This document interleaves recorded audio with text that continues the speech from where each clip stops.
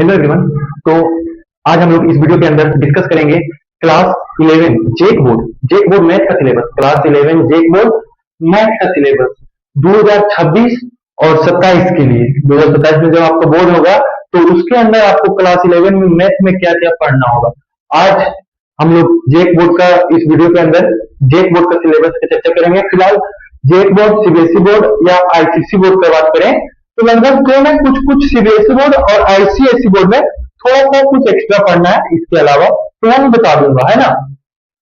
सबसे पहले हम लोग डिस्कस कर रहे हैं जेक बोर्ड के लिए। तो जेक बोर्ड के अंदर 6 यूनिट है। यूनिट समझते हैं ना, 3-4 चैप्टर, मतलब चैप्टर मिलके ही कुछ चैप्टर मिलके यूनिट बनता है। 3-4 चैप्टर या 5-10 चैप्टर मिल करके कंबाइन करके एक यूनिट बनता है। तो इसमें टोटल 6 यूनिट है। मैथ के अंदर टोटल 6 यूनिट है, जिसमें यूनिट 1 का नाम है सेट्स एंड फंक्शन। उसके अंदर जो है वो 3 चैप्टर है। सेट एंड फंक्शन, उसके अंदर हम लोग को 3 चैप्टर पढ़ना है। पहला सेट के अंदर पढ़ना है वेन डायग्राम। वेन डायग्राम क्या होता है वो पढ़ना है। दूसरा रिलेशन एंड फंक्शन पढ़ना है दूसरा चैप्टर। और तीसरा चैप्टर है ट्रिगोमेट्रिक फंक्शन। ट्रिगोमेट्रिक फंक्शन को भी इसी में पढ़ना है। और यूनिट 2 में आ गया आपका एल्जेब्रिक। यूनिट 2 में जो है वो एल्जेब्रिक है।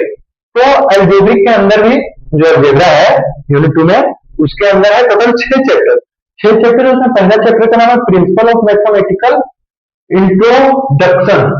Principle of mathematical introduction chapter 1 का नाम है। चैप्टर 2 का नाम है complex number and quadratic equation. Chapter 3 का नाम है लीनियर इनइक्वालिटीज। चैप्टर 4 का नाम है परमुटेशन एंड कॉम्बिनेशन। चैप्टर 5 का नाम है बाइनोमियल थ्योरम।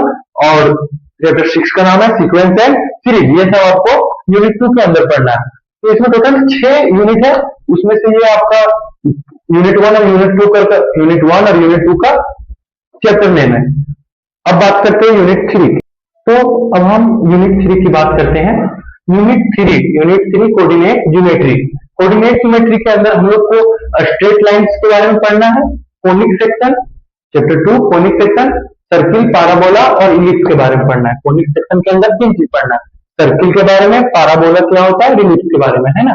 फिर हम लोग चैप्टर 3 में यहाँ देखेंगे इंट्रोडक्शन टू 3D ज्योमेट्रिक का इंट्रोडक्शन पढ़ना है। और यूनिट 4 के अंदर हम लोग को कैलकुलस का बेसिक पढ़ना है ना।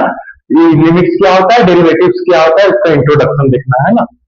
उसके बाद यूनिट 5 के अंदर हम लोग को लॉजिकल स्टेटमेंट और रीजनिंग बेसिक पढ़ना है। हालांकि पिछला बार भी ऐसा 2026 के बोर्ड में उस समय भी ये थोड़ा सा उसी समय ऐड हुआ था, बट पूछा नहीं था। लेकिन इस बार चांस है कि क्वेश्चन यहाँ से देखने को मिलेगा। तो आप रीजनिंग बेसिक थोड़ा बहुत देख लीजिएगा। उसके बाद यूनिट 6 तक है। यूनिट 6 यहाँ लिखा नहीं, यूनिट 6 आप लिख लीजिए। यूनिट 6 का नाम है स्टैटिक एंड प्रोबेबिलिटी। यूनिट 6 का नाम है स्टैटिक्स एंड प्रोबेबिलिटी। उसमें से स्टैटिक के अंदर आपको मीन, मीडियन, मोड, मात्र 3 चीज पढ़ना है। मीन, मीडियन, मोड बेसिक नहीं है। मीन, मीडियन, मोड उसको पढ़ना है। और प्रोबेबिलिटी का थोड़ा सा बेसिक कॉन्सेप्ट वो आप लोग जानते हैं 10 के अंदर है, उसमें थोड़ा सा बेसिक कॉन्सेप्ट है, वो हो जाएगा। तो यूनिट 6 तक हो गया है। यही क्लास 11 का जेक बोर्ड का मैथ का सिलेबस था 2026-27 बोर्ड के लिए। तो आई होप कि आप सिलेबस को लिख लीजिए। इसी सिलेबस के अकॉर्डिंग आप अपना तैयारी कीजिए। अगर आप वीडियो में यहां तक आ गए हैं तो चैनल को लाइक और सब्सक्राइब करें।